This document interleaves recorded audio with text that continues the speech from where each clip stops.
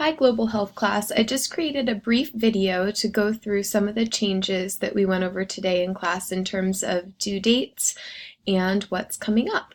So if you go to the modules on Canvas and click on weeks 7 and 8, what you'll see are some updates on the to-do list, on your midterm paper final draft, and your midterm paper presentation.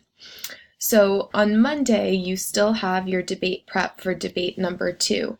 The people who were here on Friday each assigned each other a pro or a con to dive into further, and each of you will be required to bring one external source as well as your ideas on that pro or the con to participate in the debate.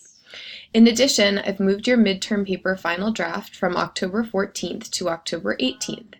If you click on the midterm paper final draft, what you'll see is a rubric here.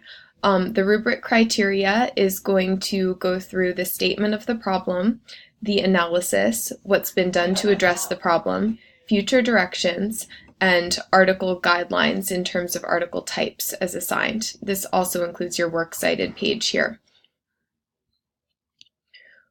When you go into your midterm presentation, you can see that the midterm presentation is the same content as the midterm paper, and the presentation has a different rubric. And this rubric goes through design, the statement of the problem, the analysis, what's been done to address the problem, solutions, as well as your works cited in MLA or APA format.